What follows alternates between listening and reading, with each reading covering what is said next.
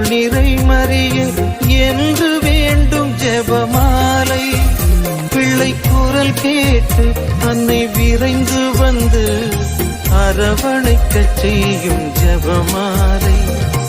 அரவணைக்கச் செய்யும் ஜெபமாலை. வெற்றி தரும் ஜெபமாலை. அன்னை கற்று தந்த ஜெபமாலை.